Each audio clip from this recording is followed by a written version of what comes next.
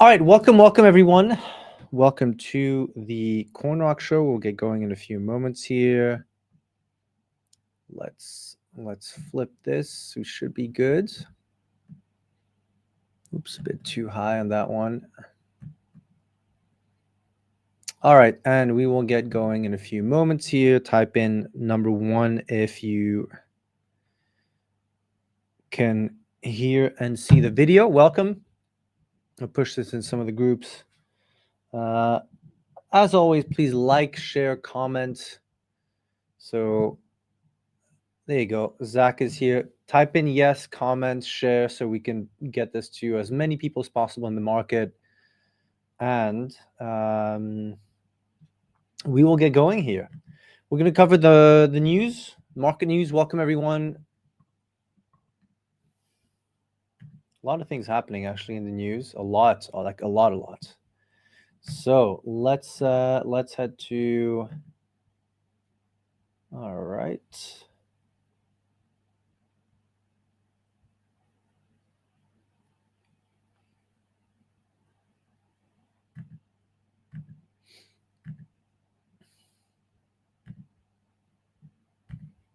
Let me just see this, and then we'll get going. Welcome to those who are just joining now.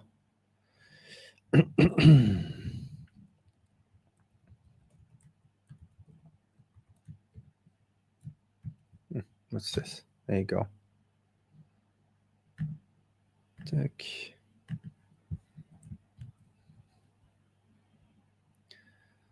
All right, guys. Yeah, I can see the team. Thank you for the updates here in the chat. We're good, and we can push this out. All right. So, very interesting headlines over the last 24 hours. Let's give it a few moments here. Welcome to Kobe, Aaron, Zach. I'm looking at some of the groups who are in here. Let's get these guys on here too.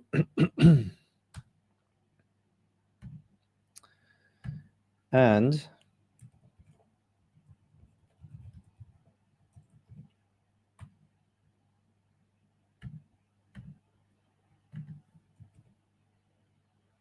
there you go.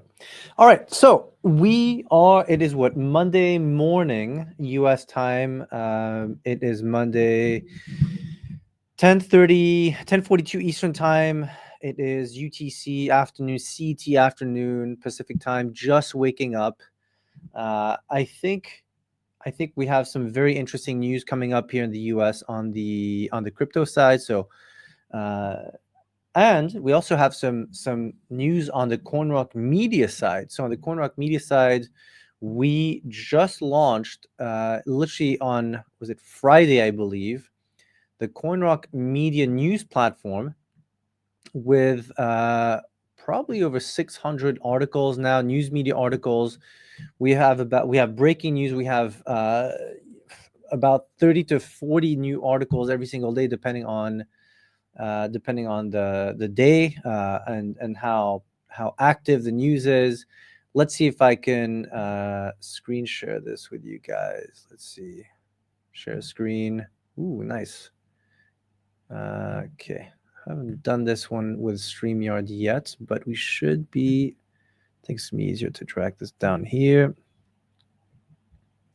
So before we'll go share screen, and then we'll go to, I think it's this one. Is it this one? Let's see. Because there's so many tabs open that's not that one.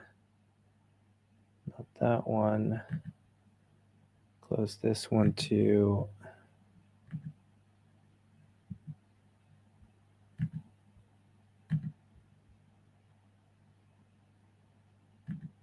All right.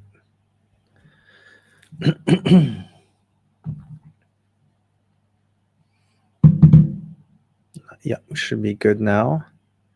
Don't know why there's so many. Oh, it's the whole tab. All right. I think we can add... Let's see if I add the window. I think it'll be easier to add the window here.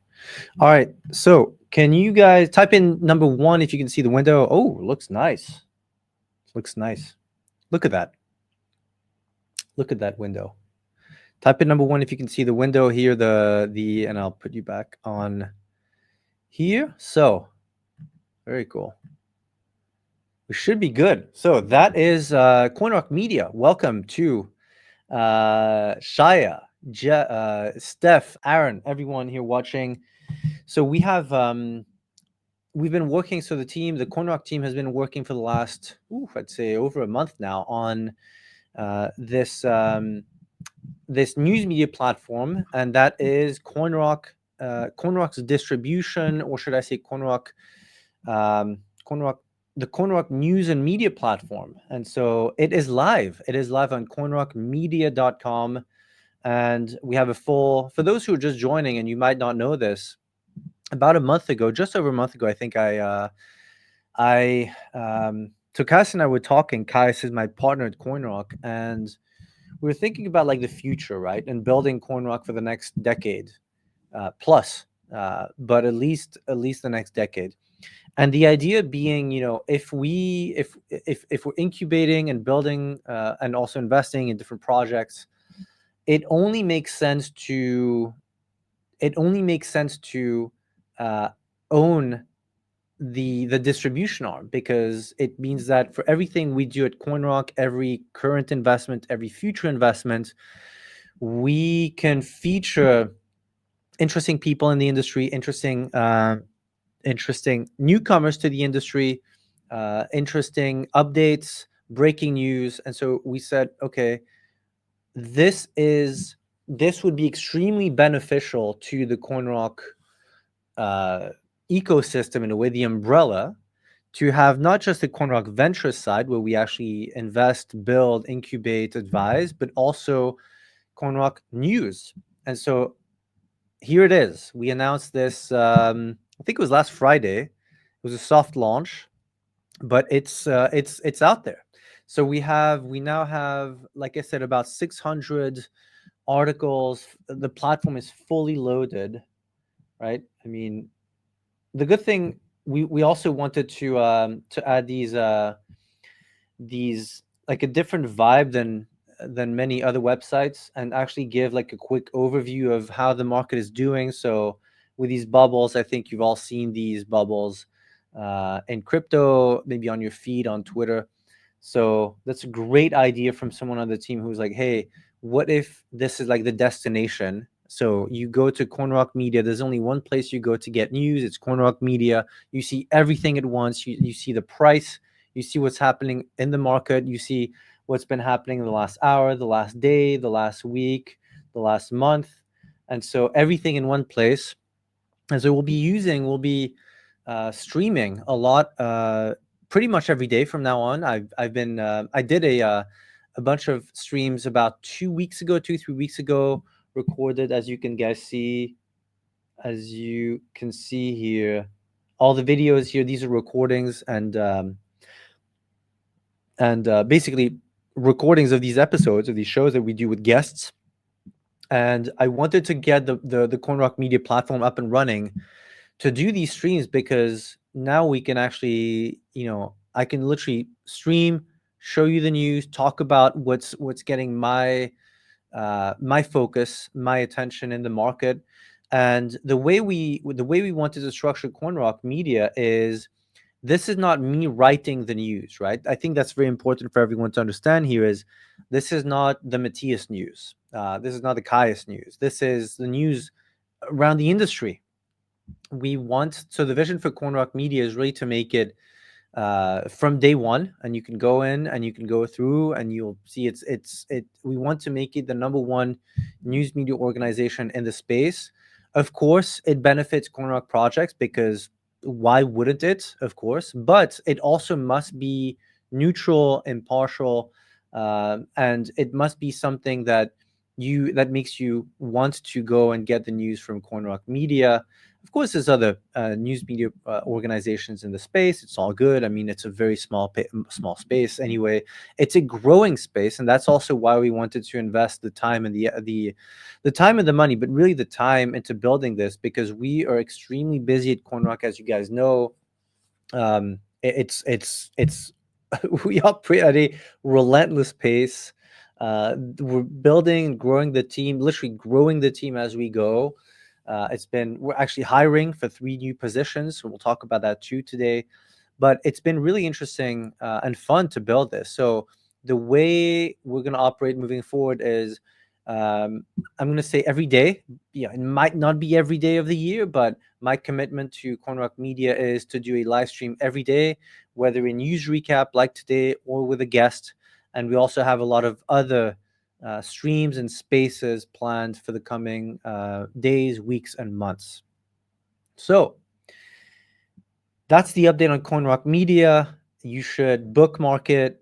We have articles getting added every hour, right?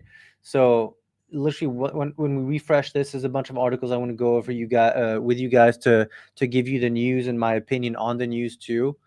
And there's a few sections here that are going to be added here too. I'm looking at my other screen here. We have a section called People in Crypto. I think it's called People in Crypto, like crypto players or something like that, where we highlight other crypto leaders, and we basically talk about their bio, their history. So there's maybe 20, I think around 20 articles already written about other people in the industry. The goal here is to really create something that is a bridge between crypto, so Web3, and traditional finance. That's the vision for CoinRock Media, and I'm going to be doing a lot of these streams. We have really cool guests, not just Web3, not just crypto, but also traditional finance people and Web2. Some of my investor friends, VCs. I just put out a tweet about VCs. We'll talk about that in a moment. But that's the vision for CoinRock Media. The site is out. The team did a great job. There's a few more sections that will be added to the site, but we have the news. So thank you for the support here, for the love in some of the groups. We shared this on Friday, and even this is the best way to put it is, even skeptical people who've been in the industry for a while, or who've been in news media organizations and who've ran news teams, have, the feedback has been overwhelmingly positive. When we they don't need to give us positive feedback, right? I mean, they could be very blunt and honest, or lukewarm, but it's been super nice to get feedback. There's a lot of things that will be added over the coming days and weeks. I told the team not to work on the site now because they're literally working on it. I said, don't do anything during the live stream because I want to show a few articles and everything. So I don't want the site to crash or links to get changed while we're live. But yes, that is CoinRock Media. So the updates. So, oh yes, about the videos, the shows. So very simple. You can catch up if you miss any of these shows. You can catch up on my Twitter account, but everything is centralized. Actually, if you go to the CoinRock Show here, you should see, there you go, all the latest episodes here of the CoinRock Show. And every time something is recorded, it goes within probably 24 hours at most. It goes into the episodes here. And then we also have snippets and clips that will be pushed in the video section and shorts. You've seen these shorts on TikTok and Instagram, of course. But yeah, that's pretty much the platform. You'll see a lot of different things. We have opinions from different leaders. So the way we're going to do this is, every time I have a live stream with a guest, the writers on our side, what they do then is they pull a few different opinions and different insights from the guest, and we publish those in the opinion section here. There's a lot of other cool stuff that we'll be doing too, including, this is actually a scoop for everyone here, including a quote whistleblower feature. Some websites have it too.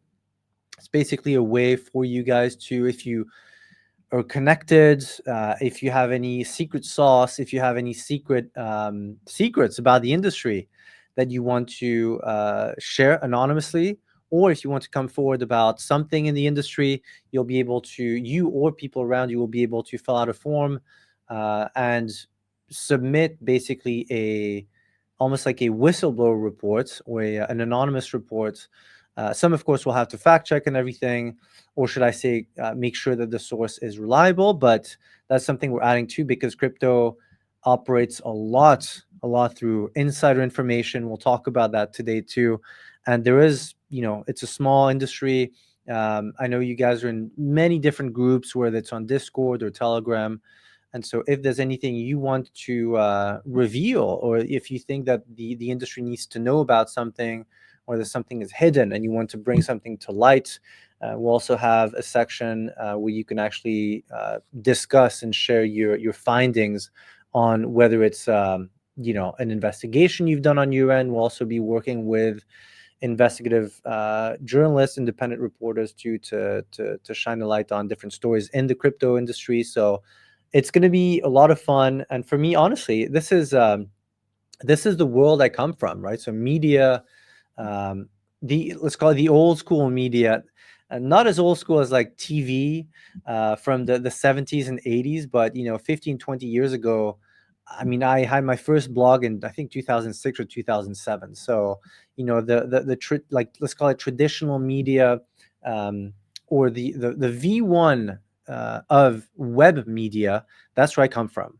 So I'm very, I enjoy doing this. We're going to be doing a lot of these streams and guests and spaces and all that. So with that being said, let's talk about the headlines today. Of course, number one, I pulled up a few headlines for you guys. This was yesterday, about 23 hours ago. Trump, of course. If you guys missed it, I say of course, but that's only if you're if you're a diehard crypto, trencher, and you have your notifications set about the news in crypto. But yesterday, Trump orders a formation of the U.S. Crypto Strategic Reserve, which, so he posted this on Truth Social, I believe, first, and then on Twitter. What was interesting is, so I think the strategic reserve is no secret, right? He's been talking about this for months now. So yes, if you guys have been following what they do with his DeFi funds, they've been buying a lot of ETH. I'm very bullish on ETH because the buyers have deep pockets. I think price action on ETH has been horrendous this cycle. If you guys hold some ETH, do we have any ETH bag holders here? Or maybe you're in profit and you're happy. In my case, I'm happy. But price action compared to all the other major coins, including XRP, including Cardano, this cycle has been pretty horrendous. But I do think we'll see a major pump because it's the silver to Bitcoin. That's how it's being sold and framed by the big funds like BlackRock and others. So it's no secret that Trump has been wanting to, or has explored the idea of a strategic reserve. What is surprising in a way, and I think no one really expected this, especially seeing the massive green candle on XRP, Solana, and Cardano, but ADA, if you look at the chart yesterday, it spiked up probably 40+% in the minutes and hours after this tweet, right? So this tweet here. So moving forward on a crypto strategic reserve that includes XRP, Sol, and ADA. I think everyone knew that Bitcoin was going to be and should be in any type of strategic reserve. I think ETH, even though a lot of the Bitcoin maxis hate ETH, I think by now, seeing the type of buyer accumulating ETH over the last 6 to 12 months, especially over the last 6 months, I think everyone knew it was going to be Bitcoin plus ETH. But I think the main thing here, and you've seen these headlines probably on Twitter if you're scrolling, is XRP. Solana is almost more understandable than XRP just because it's done so well this cycle. And ADA, Cardano. Again, huge, massive amounts of holders for both XRP and ADA. I think that it's been interesting. I'm not surprised, to be honest. I'm not surprised, just because Charles Hoskinson and Garlinghouse and the XRP team have been around Trump over the last few months. I think if you follow crypto, you can see that one or the other or both actually were invited to Mar-a-Lago. So it's nothing groundbreaking that they are close to the Trump camp. What is interesting is the words crypto strategic, and I think this is what kind of irked a lot of people over the last 24 hours is, I don't think that when you think of a crypto strategic reserve, I don't think the word Cardano comes to mind. That's it. I said it. I don't think the word XRP comes to mind. I'm a Solana bull, but I don't think Solana is what you would consider to be like a first choice either, just because in everyone's mind it was Bitcoin. It was a Bitcoin strategic reserve, and I'm okay with it. Again, I'm not a maxi. I think that there's a space for many different coins and projects. I think, of course, Bitcoin is the OG. I mean, undoubtedly, I think no one would be here if it wasn't for Bitcoin. There would be no crypto industry without Bitcoin. I think the maxi conversation is very toxic at times because it's very tribal. I talked about this last week with Lucas, actually, on one of the spaces we did. I think crypto has become so tribal, and instead of encouraging and kind of helping each other out in a way, and I know it sounds woo-woo, but I don't think there's a need to bash other projects. Whether you like it or not, I think everything has a place. I think the market, us, right, participants, you, retail, other people, have voted with their wallets that they believe that, it's not only Bitcoin, basically. And so I know it's always tough for Bitcoiners and the hardcore pro Bitcoin maxi crew to understand this. I get it.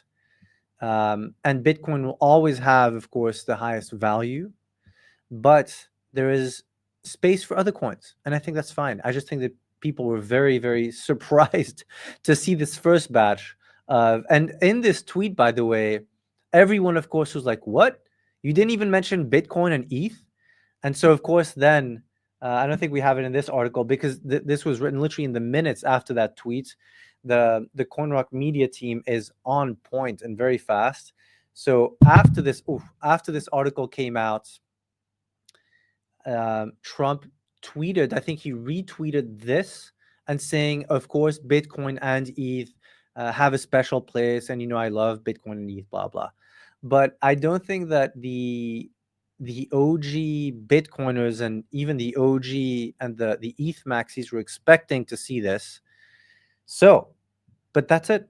And I talked about this last week. I think this proves my points yet again. We are in a crypto dependent space, or space and time era, right? Yes, the macro matters, but ultimately we are in a crypto is in a Trump dependent phase. Whatever Trump tweets does well. That's it. And if trust me, if Trump today or tomorrow comes down knocking crypto and being bearish, God knows what happens to the coins. But your port is not looking good if he does that.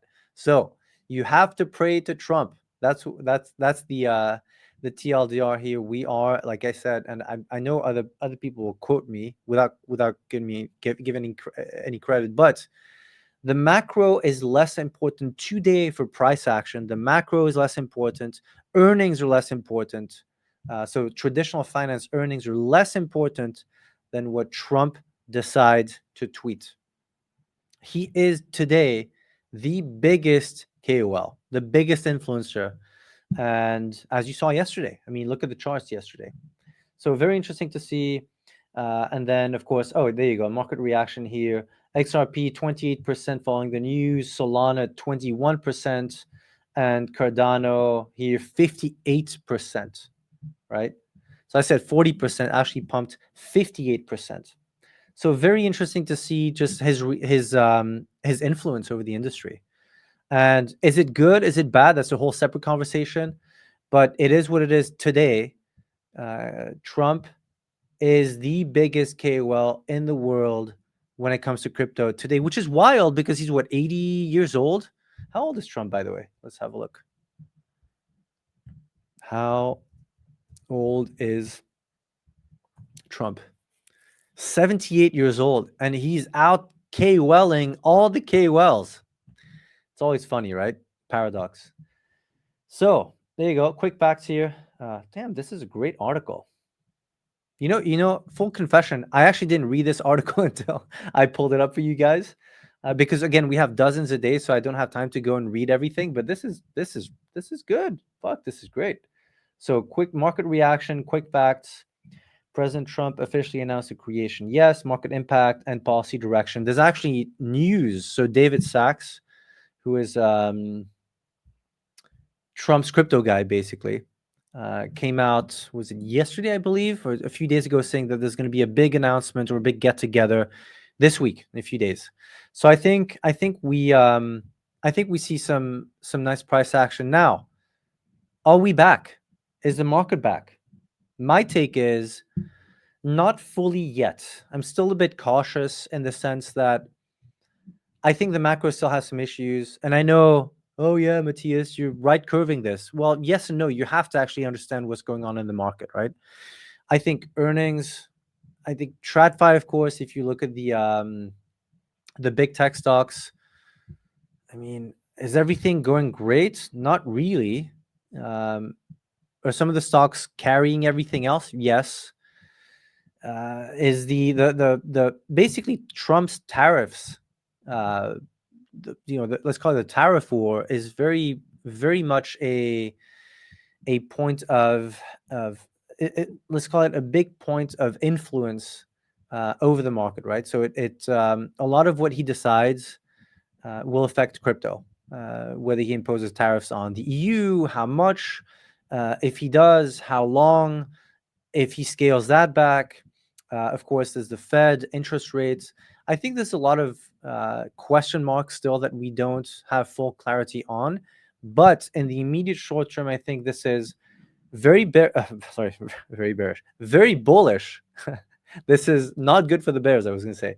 This is very bullish. That being said, I would not be surprised to see another dip, just because I think that this is great. I think that what it gives the market too is almost confidence and assurance that yes, this administration is very much pro crypto, and it's very bullish for the mid to long term. And that's what I've been saying for weeks now, is I expect a choppy, and if you look at price action, right? If we go back here and you look at price action, so Bitcoin spiked up to 93, 94 yesterday. And so again, some green, some red over the week. I mean, if we look at the month, right? I mean, not great, right? This is why I love these crypto bubbles, actually. Not great. So I think my thesis for over the past few weeks has been, I think we chop. I think we range between, I talked about getting back to the mid 80s, actually, months ago. I think there's some real questions that still need to be answered. Of course, the tariffs are one thing, but I do think that inflation, of course, interest rates, and we're still ranging. I mean, we haven't hit 150 Bitcoin, so that will come. I have no doubt that will come. I do think that we chop sideways between the 80 to 1, maybe 110. But the mid to long term is extremely, extremely giga bullish. So if you're panicked, I think yesterday should, the news yesterday should give you, almost should calm you down. Like, it's going to be fine. It's going to be fine. Crypto is here to stay. Your bags, unless if you own complete dog shit alts or memes that rugged, your bags should be okay. Not everything will pump, but I do think that there's been so much bearish energy on Twitter. It's been disgusting over the last 2 weeks. And we've seen these pullbacks. This is nothing exceptional, nothing out of the ordinary. And I think we'll see, I think we might retest the 80s. So again, I'm not predicting it, but I would not be surprised to see to see us dip back. I think we run for a few days. I do think that, there's like I said, bigger questions. And again, crypto is a liquidity game. The more money there is in the system, the better crypto does. Can crypto do well without liquidity? Sure, but again, it's one thing where we have to be realistic with all this. And I do think that everything is looking good in the mid to long term, but at the same time, I'm still cautious. And for us, it doesn't really change much of anything because we're just focused on building and looking at, opportunities and pitch decks and talking to other players in the industry and market makers and not, like market shapers, should I say, people actually decide, so regulators. And I think that people underestimate how much we can run, how positive this is for crypto. But I wouldn't be surprised if we see a small pullback. Talking about insider information, this is interesting, right? So for those who are on Twitter over the weekend, you might have seen this. There is a high risk, high reward bet that was placed on hyperliquid, with a 50x long. And so what's interesting is this guy made about $7 million. So if you go back and you look at the wallet address, the trader who basically doubled on his long positions before Trump's tweets, God knows who traded, but someone, you have to understand something in the market. Someone always knows. There's always someone who knows something. And there's two options in this case, right? Either an absolute coincidence, right? Or, and that's possible too, like stranger things have happened. Or someone knew something and opened a 50x long. But what is interesting, what plays against the insider thesis is that, I don't know if the I don't think yeah. So after this, I saw stories, and I'm not sure, so don't take my word for it. The trader actually missed out on massive gains if he'd held just a bit longer. So that's kind of the counter argument for it. Like, if he was really a true insider, he would have kept his positions open. I don't know. But what I do know, being on the inside of this industry, it's a game of insiders. That's the truth. And it's not just crypto. Every market. And I talked about this actually 2 weeks ago when the Libra, who remembers Libra? Type in Libra. Do you guys remember Libra was only 2 weeks ago? It feels like it's been like, it was like 6 months ago. So there was this thing, right, about insider information. Is it good? Is it bad? And we had a space with Lucas. I think Justin was on too, but Lucas was on, Melanie was on, like a few other like good friends. And it was like, I was like, yeah, I mean, every industry has insider information. I give the example of pro tennis. So I was lucky to be trained by some of the best coaches in the history of tennis. I grew up training as a pro. I was number 1 in the country in Switzerland. I played against Rafael Nadal in the juniors, against Novak Djokovic, and dozens of other players who turned pro. I got injured early and I pivoted, went into entrepreneurship when it was not cool to be an entrepreneur. Now everyone is an entrepreneur. I started my first company in 2007 without knowing anything about business. That's a story for another day. But my point here is, every coach you hire, every trainer, every therapist that is hired by a professional sports team, by an athlete, it is to gain insider information. The way it works is you want to hire people who have coached the opposition. You want to hire, like if you're a football team, right? Would you hire someone who's never coached in the NFL? Or would you hire a coach who's won 5 Super Bowls? Duh, right? It's the same thing. And the coach who's been at the highest level of the game, or who's extremely well connected, knows everything, knows all the agents, knows all the players, knows all the rumors, knows all the strengths and weaknesses, sometimes of his past team, right? And when coaches flip and they go to the opposition, why do you think they get hired in the first place? I mean, we live in a world of insider information. Now, what you do with the information is, defines the crime, if there is a crime, or non-crime. But make no mistake, every industry is a game of insiders. Again, the NFL, tennis coaches.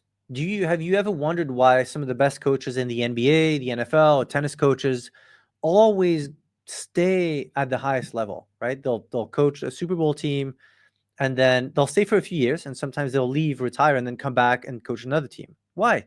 Because someone who's been at that level is highly desirable, right?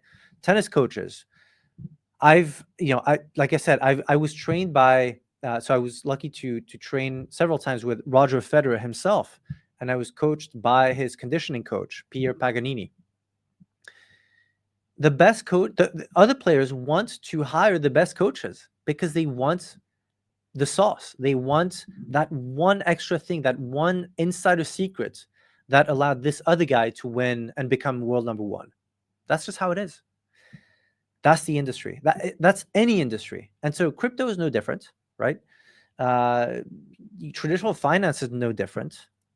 The difference is, do you use it to commit a crime? And I think that's, of course, that's the red line. And everyone, and I said this on Spaces 2 weeks ago, the day that that CoffeeZilla video came out with the Libra guy. What was his name? Hayden something.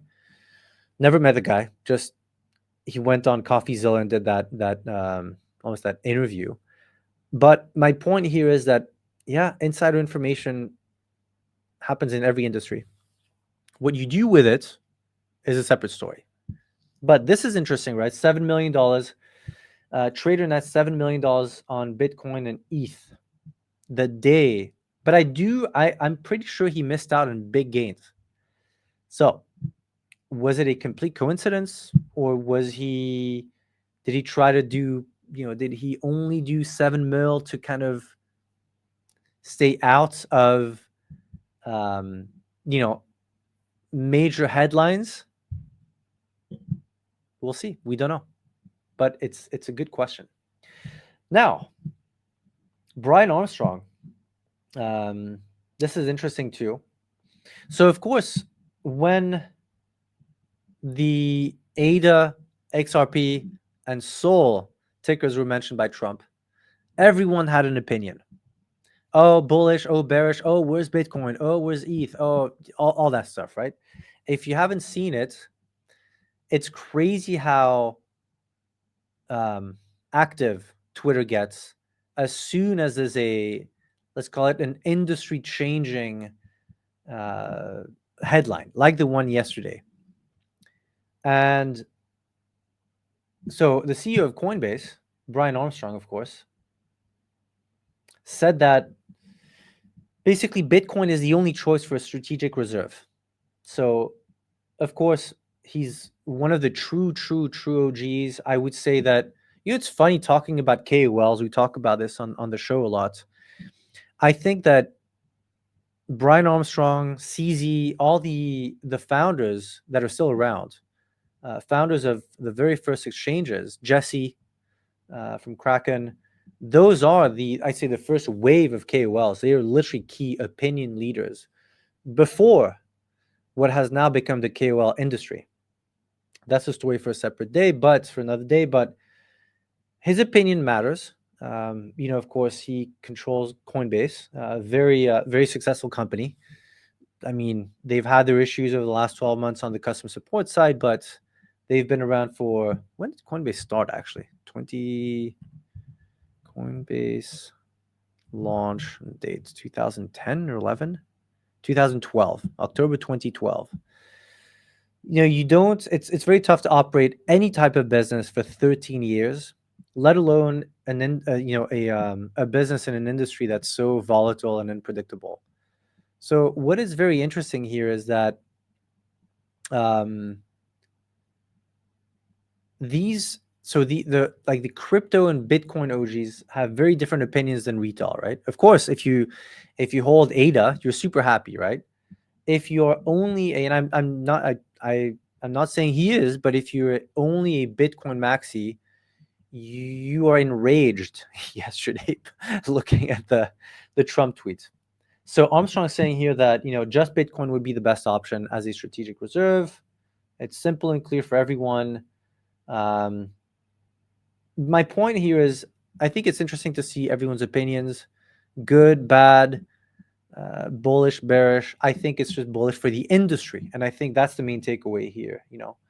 Is that in a world where there's so many different coins, like now in an industry, so many coins popping up, tens of thousands of tokens a few weeks ago, a day, tens of thousands of new meme coins, and I think that it just shows that the industry is growing, and there's a lot of different takes. And yes, the industry is becoming more splintered, but at the same time, that's just how it is. You have to adapt. So would a Bitcoin only strategic reserve be better? Maybe. I think that maybe they would have started only with Bitcoin first for a few days or a few weeks and then announced the rest. But ultimately, I think what people fail to understand is that Bitcoin and ETH are a given for a strategic reserve. I think that was the main thing that I was trying to, I think I tweeted this yesterday. I said, if you look at the buyers, so who is buying ETH today? Retail is not buying ETH today. The big boys are buying ETH, right? BlackRock, the big funds, Trump's fund, World Liberty is buying ETH by the hundreds of millions. So the type of holder is very different than the meme coin trader, which is fine. It's just a different type of holder, different quality. That's why I'm very bullish on ETH. Is it going to 50K? No. But is it going to 8, 10, 12K? Yeah, highly realistic. Also, just a much quote safer bet in crypto. Nothing is fully bulletproof and safe, as we all know. For those who've been around for any period of time in crypto, that even top 10 coins can crash. Look at Luna and UST. But overall, I think that BTC and ETH are a given for any type of strategic reserve. I saw a headline today. One of the writers actually pushing out an article here about China being interested in adding Bitcoin now. So game theory unfolding, most likely yes. The US, of course, is not the first country to buy crypto. El Salvador famously bought Bitcoin several years ago, stacking about 1 Bitcoin a day. I know they slowed down over the last few weeks, but yeah, it's very much a race to own crypto, not just to own crypto, but to create policy, to create a regulatory framework that attracts investors, crypto holders, crypto builders, and to create a space where kind of the same way the tech industry took over about 15, or actually more than 15, 20 years ago, where countries were fighting to attract tech talent in Web 1 and Web 2, right? And so that race is very, very much happening. Countries are fighting because they know that if they attract, crypto holders, investors, builders, companies, that can bring in hundreds of millions of dollars to the country just by being a bit less bearish or a bit less, just by reducing the bureaucracy. So I think it's very bullish for the industry as a whole. I think it's very good for us in the industry to we want to see countries fight and want to one up each other to create favorable regulatory environments and also favorable even investment environments for retail to be able to travel. There's some countries that are very favorable today in Europe, for example, Portugal, and other countries in the EU where you can, be pretty much exempt from any crypto tax. There's, of course, many other countries in the world now, but it is a race and we benefit. We, the industry, we benefit. So that's basically the main headlines I wanted to show you guys. Let's have a look at some of the trending stories here too. Is there anything else I wanted to go over? Regulation. I know there was one. Yes, this is actually interesting. This is one about North Korea and the Bybit hack. We'll have a look at that one too. This is very interesting too.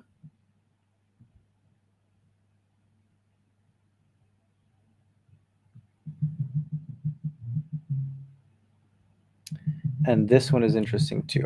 All right, so this one about North Korea. So as you guys probably know, Bybit got hacked about 10 days ago. Jesus, it was the week of Libra. Libra was Monday 2 weeks ago. I think the Bybit hack was either Thursday or Friday that week. What a week that was. And so, of course, now the issue is, how do you launder this money, right? How do you turn the ETH into money you can spend if you are Lazarus? So there's a lot of different ways, right? I mean, anyone in the industry knows that it is possible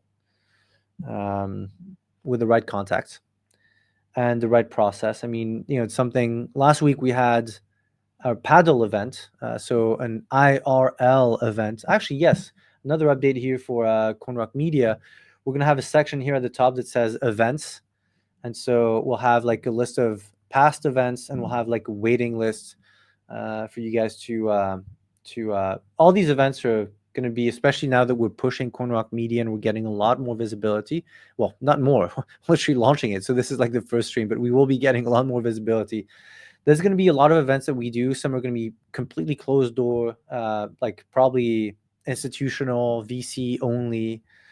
And then there's going to be some more open ones for, everyone in the industry. So we'll have like a tab at the top here that says events. And so last week we had a paddle event, CoinRock paddle event. And I was talking to people very much in the know about how long it would take, well, how long it takes to launder the amount of money that Lazarus took. And the consensus is pretty much about a year. So, I mean, it's very well known in the industry that there's ways to move this money out and to basically cash out. It just takes time. You can't do it overnight. So, North Korea's Lazarus group launders another $138 million in stolen Bybit funds. Shout out to Bybit handling this situation absolutely amazingly well when so many other exchanges got hacked or had issues or leaks. A lot of founders, a lot of companies just go MIA.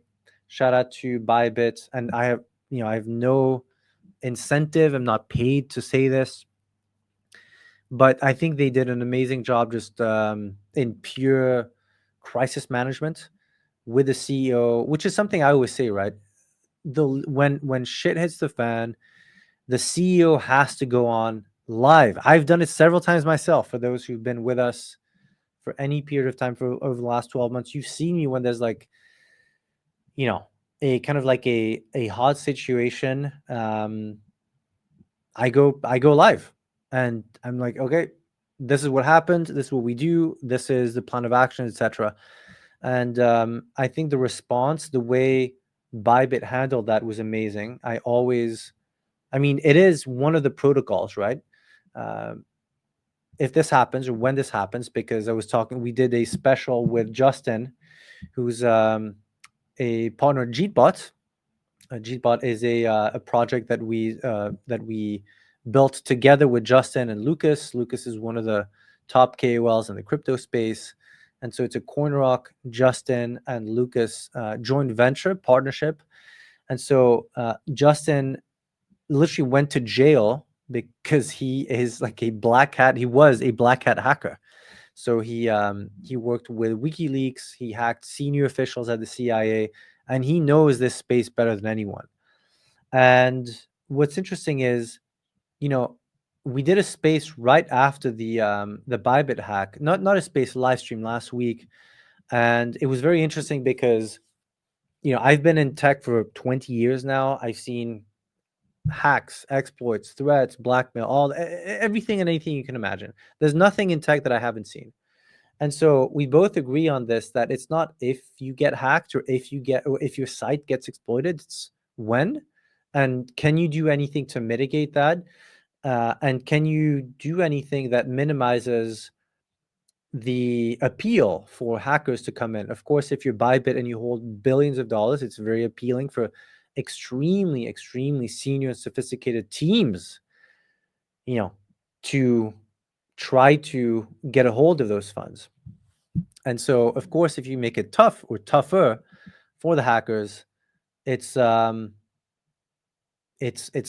unless if you hold billions like Bybit, like many of these exchanges, of course, there's easier targets. So the goal is you don't want to make yourself an easy target, because unless there is a massive payday like there was this time, Lazarus is not going to spend months and sometimes years to exploit your crypto account that has like $50 in meme coins, right? So it's very much an ROI operation.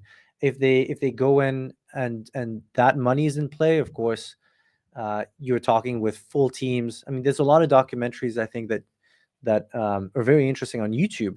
If you type in like North Korea hacker or a North Korea Lazarus hacking group, there's every now and then people who defect and leave North Korea and go to the West, go to South Korea usually, and then to the West and try to help, cybersecurity experts in making and helping them understand how Lazarus operates.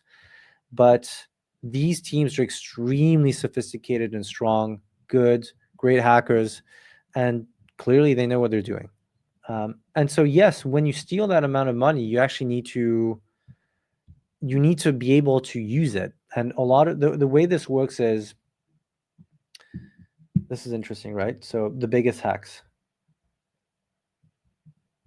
10 largest hacks, Bybit by far the biggest hack. What is interesting is that many of these exchanges work together, right? So you can blacklist a lot of these addresses, but that being said, there's a lot of exchanges that don't want to cooperate and who are happy taking a fee, especially when it's that amount of money. So that's just how the industry works. Any industry works like that. The banking industry works like that. So not every exchange will cooperate. And I saw actually a tweet. I forgot the name of the exchange. I know that Bybit was critical of a smaller exchange and that exchange was basically, they were going back and forth, and you can find this probably on Bybit's replies, or I don't know if it's the CEO of Bybit, but one of the exchanges said, hey, we were disrespected by you, Bybit. We were disrespected by you guys, and now you're asking for help, so it doesn't feel good, right? Which I can understand. And so, there's some exchanges that simply don't want to cooperate and will help in this case, or let's say turn a blind eye to some of these amounts. Of course, you're not going to be able to send $1 billion worth of crypto unnoticed, but over time it is possible. And that's just how the industry works, in the same way that banking works the same way. HSBC was fined for, you can actually find this, HSBC cartel scandal. So HSBC Mexico If you type in HSBC cartel scandal wiki, you'll see this. HSBC, massive bank, right? One of the biggest banks by assets in the world. HSBC had laundered. This is not an allegation. They laundered. This happened. Over $800 million for the Sinaloa cartel and the Norte del Valle cartel. HSBC agreed to pay a $1 billion fine. So this is not a conspiracy theory. Like, this happened, and the way the cartels did this is they went to branches in Mexico, and they started basically bringing all this cash to HSBC's Mexico affiliates. And as soon as it was in the HSBC global pool of money, they were able to use it and send it globally. So, my point is, it's not just crypto. A lot more like money laundering happens in fiat. In December 2012, HSBC was penalized $1.9 billion, the largest fine under the Bank Secrecy Act, for violating U.S. laws. So yeah, this was a huge win for the I think it was the DOJ that was it the DOJ? For U.S. law enforcement. I believe it was, yeah, ICE director. Yeah, so this was like, it went on Reuters. HSBC became bank to drug cartels, pays big for lapses. So it just happens. When there's that much money and that much, the amount of fees that some of these exchanges can make, and this will not be they won't use that, like the big names, like they won't use tier 1 exchanges, but there's hundreds of smaller exchanges. So, and yeah, all these exchanges, right? Some are not exchanges, some are just bridges, but Bybit, Ronin, and then Binance, BNB, some of the older ones here don't even exist anymore. Of course, Mt. Gox was, I'd say, the first biggest hack, or what the fuck happened kind of situation in crypto over 10 years ago. So that's that headline. And then Solana dipped. So of course, before the Trump tweet, Solana was fucking crashing. What's interesting is some of the big Solana guys, I remember seeing Big Brain buying, I don't know if it's in this article here. I know Big Brain bought a few $1 million worth of it. But yeah, I mean, look, Solana is very bullish, right? Solana gets a lot of hate because of the meme coins. We have 2 projects launching on Solana. One is VaultFi, one is JeetBot. Won't use on both, but the airdrop for JeetBot, if you guys are not in JeetBot yet, you should be, because we have a massive multi-million-dollar airdrop happening in the coming days. It's already started, but we'll be pushing that big in the coming days. You'll see a lot of marketing in the coming days and weeks too. And that will also culminate with a pre-sale in the coming weeks. So keep an eye out for that. I know there's been a lot of talk about JeetBot and P&Ls and wins by traders using JeetBot. We're also building, of course, the web app, the Jeet terminal, which will be live in a few weeks too. So a lot happening on that front. But coming back to Solana is very bullish. I mean, Solana gets a lot of hate, of course, because usually a lot from ETH maxis, because it's just cheaper network to use. It's a cheaper L1 to use. It's fast. It's easy to onboard retail, something that Ethereum has done horrendously poorly over the years. And Solana has done great. It's very easy to onboard retail and get new people on into the Solana ecosystem. And I'm bullish Solana. I mean, we literally have several projects building and or built and ready to launch on Solana. So I think Solana is very bullish. I think it's interesting to see the conviction of, especially being around and talking to other either investors who focus on Solana plays. it's interesting to see that everyone who is investing in building on Solana is very, very, very bullish. So, the price dip, of course, the price will always fluctuate, even for CoinRock projects. But it's funny is it actually has so the price is so detached sometimes from fundamentals and so detached from the building that I'm just quietly bullish Solana. There's so much building going on.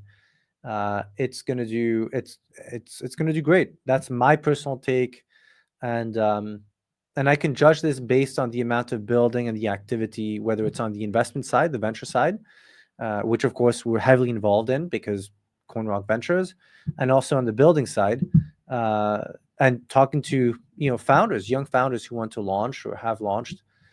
It's a very, very bullish L1, and it's going to be around despite all the hate it gets. And coming back to we'll talk about the crypto summit here before ending this one. Talking about coming back to the tribal side of crypto, it's unfortunate that so much of it is like, oh, only one can win, or like, hey, my meme coin, but not your meme coin. It's like, you know what? There's been millions of coins launched over the years now, and more than one can do well. So I think sometimes tribalism is not good for crypto. This one, White House to host first ever crypto summit under Trump, and this should be, I think, in the coming days, right? Or did they announce a date? Or maybe the date was not announced yet when the article came out here.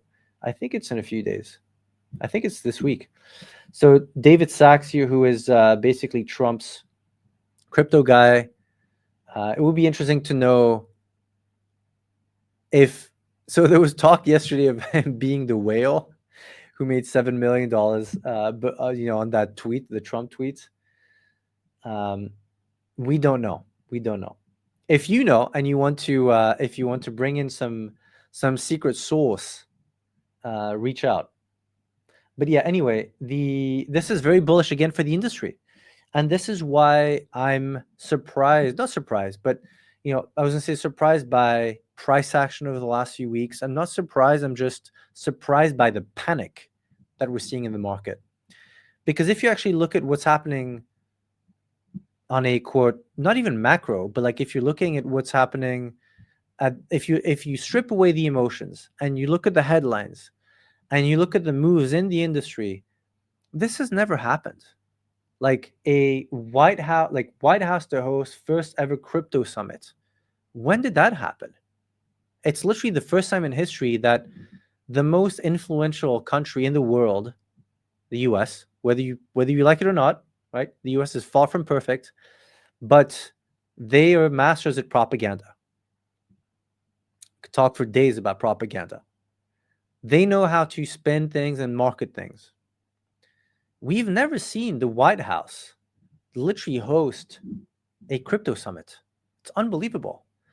And so when people say, "Oh well, this cycle is no different from others," it's like, bro, are we watching the same headlines here? Are you looking at the same things happening in the market? Of course, it's very different.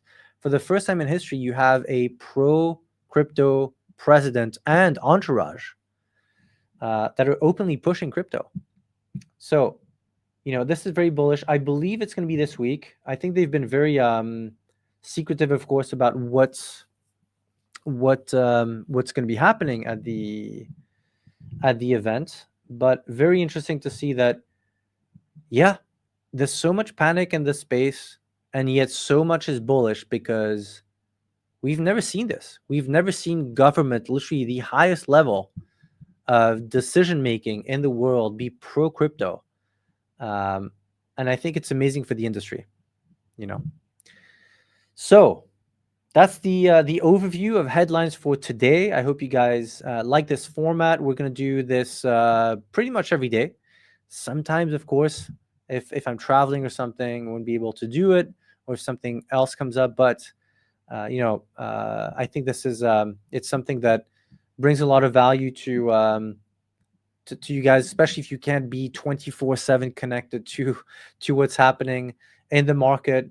CoinRock Media has you covered. You can actually check out, of course, all the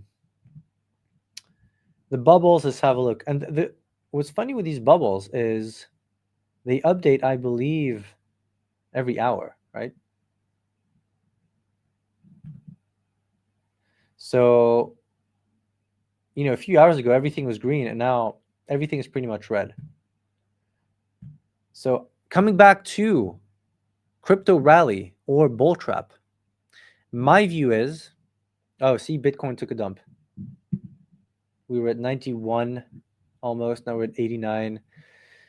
This will happen, right? Look at Cardano yesterday. Obviously spiked up to, I don't know, over a dollar clearly, and then minus 14 over the last 24 hours. These things will happen. It's I think that we're going to see some range. I think we'll have some bullish phases. I think the fact that we've had so much panic, to me, is fascinating. I really don't understand I understand from a psychology perspective, because everyone's freaking out when number go down, but ultimately I think that it's very bullish. The space is very bullish. I've said this for weeks. Short-term cautious, choppy, mid to long-term extremely bullish, and they're trying to shake you out, and it's up to you not to get shaken out. And if you really can't sleep and you're really stressed out, reducing position size is okay. Like, it can be okay depending on how much you hold. So that's my view on what's happening now. I think we still see some downside. I don't think this is the leg up, but again, remember, market makers and the market in general always has a way of making you of playing against what the majority thinks. My view is we'll still see some downside. We'll see some chop. It's fine. The industry is heading in the right direction. Regulation is great. Everything is looking good. Oh, there was a big case too. Let's see if I can quickly find it here. There was a case of, I don't know if I can find it. Let's see, market news. And we'll end with this one. Richard Hart, the founder of Hex, who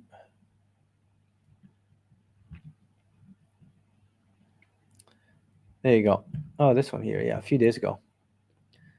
So, judge rules in favor of Hex founder in SEC clash. Richard Hart basically beat the SEC, right? If you've been in crypto for any period of time, you know this guy. I think what's interesting with and we'll just end it on this note. I think what's very interesting with this case is whether you like Hex, Richard Hart, and everything around it. So the Pulse ecosystem, the victory over the SEC is massive, huge, because it sets a precedent. That's what I think a lot of people who are so emotionally involved and so emotionally affected by, I don't like this guy, or I like this guy, or I hate this coin, I love this coin, fail to see the facts. So please, if you're gonna take anything, take a single thing today and learn from this show, learn that, and keep in mind that your emotions are irrelevant to what's happening in the markets, and don't let your emotions cloud your judgment and the facts. The fact that the SEC accused Hart of promoting unregistered securities through Hex.